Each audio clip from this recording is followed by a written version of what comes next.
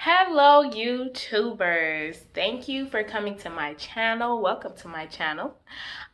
Before we get started, like and comment and then share to all your millennials. And today we are going to be talking about why are millennials living at home for so long?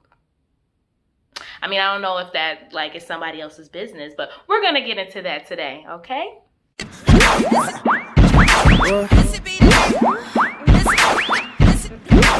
that a 2-track?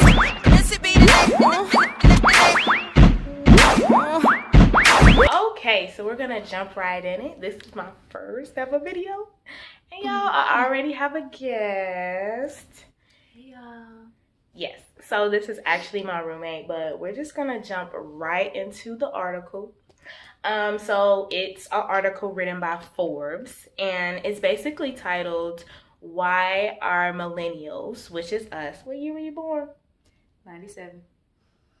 97, and I was born in 93. So why are we millennials staying at home, living at home for so long? So before we get into that, I think I want to touch on the definition of millennials.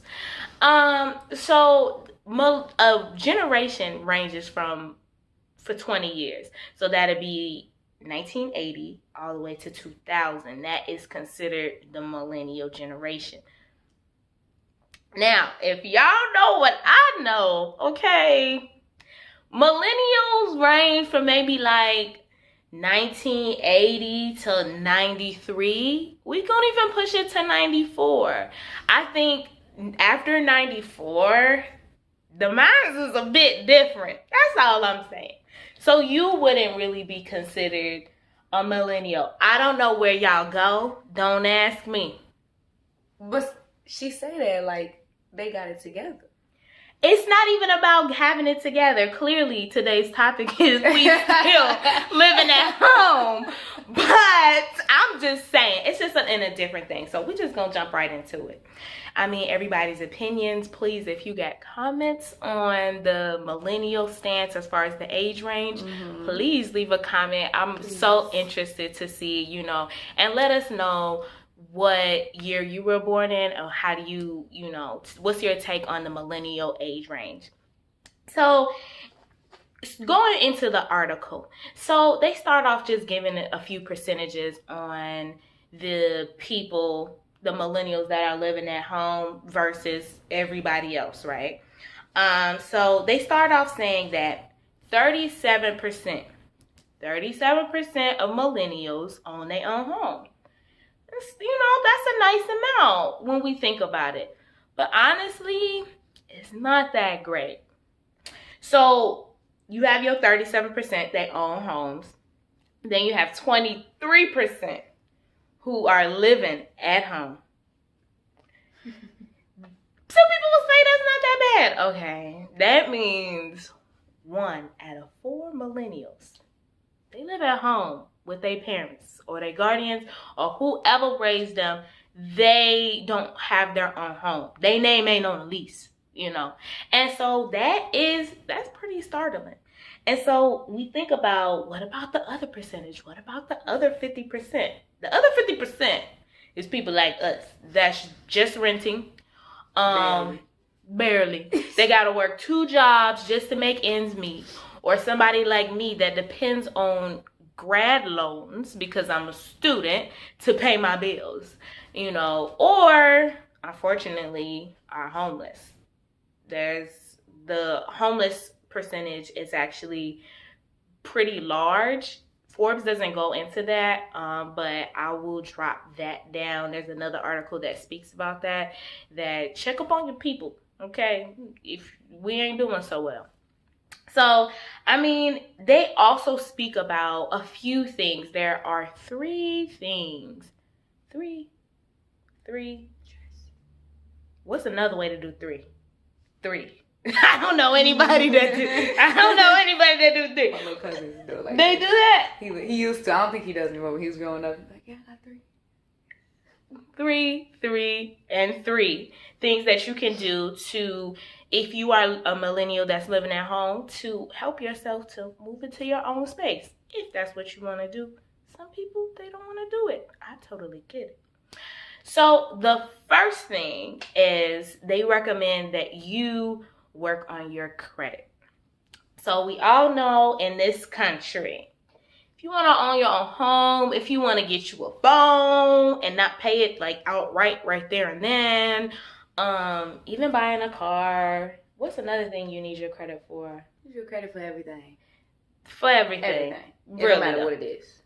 And you don't want to depend on a cosigner. Like my parents, they like, we not co-signing for nobody. I'm like, dang, parents, for real? Like, they not co-signing. So if you ain't got a co-signer, you have to depend on your credit and do your best. So they say that your credit should be at least, the lowest I think is like 550, and that's really low. But you can do things with 550. If you do have anything lower than 550, that brings us to our second thing that you can do is get a credit card. You get a credit card and you pay off your bills and make those payments on your credit card. This increases your credit score, which therefore will help your rapport, and you'll be able to do more things like get a house, buy a car, and all those things like that. They recommend, which I also recommend, is Capital One. Not saying they give a credit card to everybody, but they gonna give you a credit card. They gonna give you a credit card with like $500 or maybe like $300 for you to start off. And as you continue to make payments, they gonna, up your limit. So that's something that you can, look into. Now, if Capital One don't give you a credit card, I say try to start paying off whatever you got on your credit, okay? Start there.